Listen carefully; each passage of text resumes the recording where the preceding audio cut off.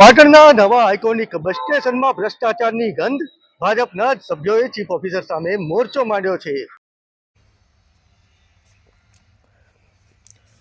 આજે ભાજપના મોટા ગજાના નેતાઓએ નવા બસ સ્ટેશનનું નિરીક્ષણ કર્યું ત્યારે ચોંકાવનારી વિગતો સામે આવી. બાંધકામમાં હજુ ચાલુ છે, છતાં બીયુ પરમિશન કાગળ પર અપાઈ ગઈ.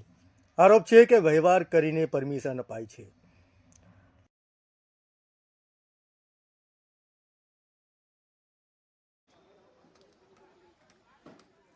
અદ્રશ્યો જુઓ. હજુ તો દુકાનોનું બાંધકામ ચાલુ છે, પ્લાસ્ટર પણ સુકાયું નથી, છતાં ચીફ ઓફિસરે બીયુ પરમિશન આપી દીધી.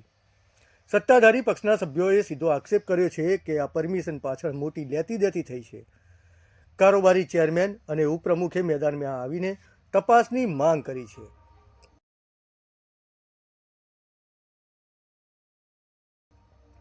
ભાજપનું આ ગ્રુપ હવે ચીફ ઓફિસર સામે લડવાના મૂડમાં છે. જોઈએ હવે આગળ શું થાય છે. નગરપાલિકાના ચીફ ઓફિસરે રેકર્ડ ઉપર ખોટી મંજૂરી આપી છે.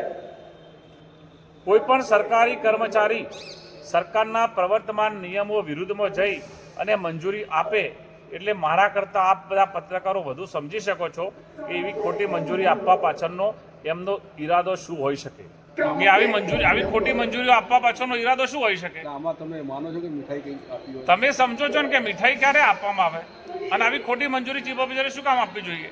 મોં મીઠું કરવા માત્ર મીઠાઈ આપવી ખોટી બાબત છે. કે મોં મીઠું કરવાની મીઠાઈ હતી કે અન્ય મીઠાઈ હતી એ તપાસનો વિષય છે. અમે હાલ બસ સ્ટેન્ડની મુલાકાત લેવા બધા જ કોર્પોરેટરો સાથે અમે આવ્યા છીએ અને તમે જોઈ શકો છો હજી પૂરું બાંધકામ નથી અને એનું બીયુ પરમિશન મળી ગયું છે. મિત્રો, આમાં મોટી લેતી દેતી થઈ છે બિલ્ડરો સાથે અને આ બીયુ પરમિશન આપવામાં આવ્યું છે.